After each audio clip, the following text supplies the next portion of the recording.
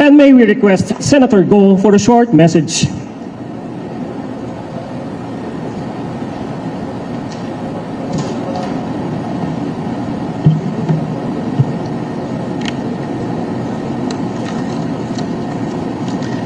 Magandang araw po sa ating lahat, mga minamahal kong kababayang Pilipino. Maayong adlaw, assalamualaikum. Nagpapasalamat po ako sa Panginoong Diyos, kay Allah, sa buhay na ibinigay, sa mga gabay at sa pagkakataong ito na manilbihan muli sa kapwa ko Pilipino. Truly, God is good, God is fair, pinagpapala po ang nagpapakumbaba.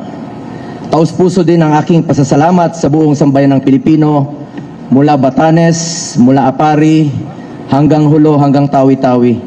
Maraming salamat po sa inyong tiwala at suporta sa akin na isang probinsyano, isang Batanggenyong Bisaya na tubong Mindanao sa pagkakataong makapagserbisyo muli sa inyo. Hindi ko po sasayangin ang tiwalang ibinigay ninyo. Patuloy po akong magseserbisyo sa inyo sa abot ng aking makakaya, dahil bisyo ko po ang magserbisyo sa kapwa ko Pilipino. Hindi rin matutumbasan ang aking pasasalamat kay dating Pangulong Rodrigo Duterte na naging mentor at inspirasyon ko sa pagseserbisyo sa loob ng mahigit 2 dekada. Huwag nating kalimutan ang kanyang mga sakripisyo para sa sambayanang Pilipino.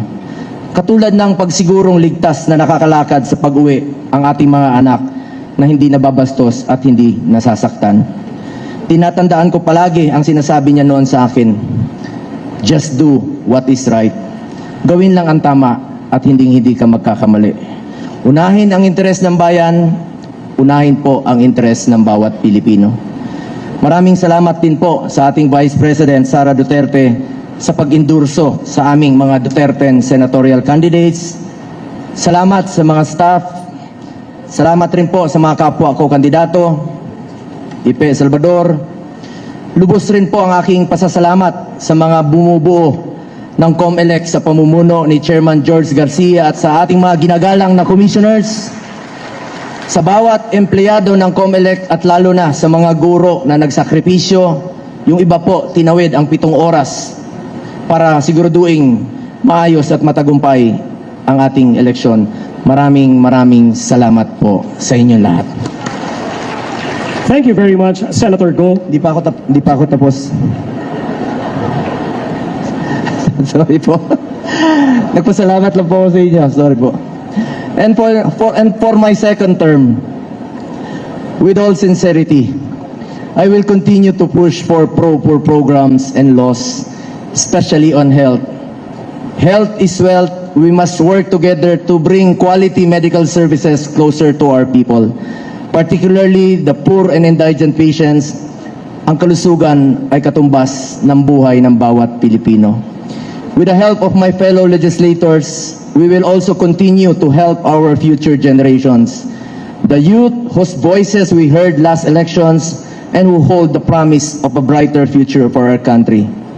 Hence, we need to invest more in education, like expanding further the law promoting the universal access to tertiary education signed by former President Duterte, so that students will be able to choose more programs and avail of free education.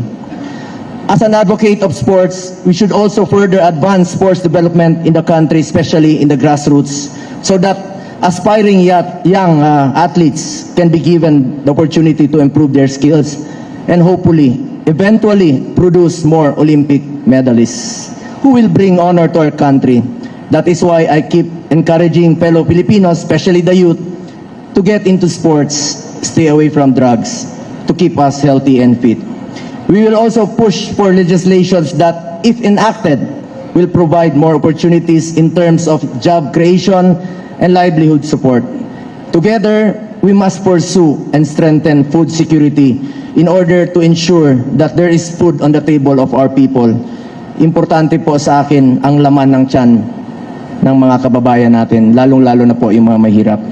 We must continue our fight against criminality, illegal drugs, and corruption for a more peaceful and orderly society. Mahalaga pong nakakalakad sa gabi ang ating mga kababayan na walang takot. Hindi po ako politiko. na mangangako, gagawin ko lang po ang aking trabaho para sa Pilipino.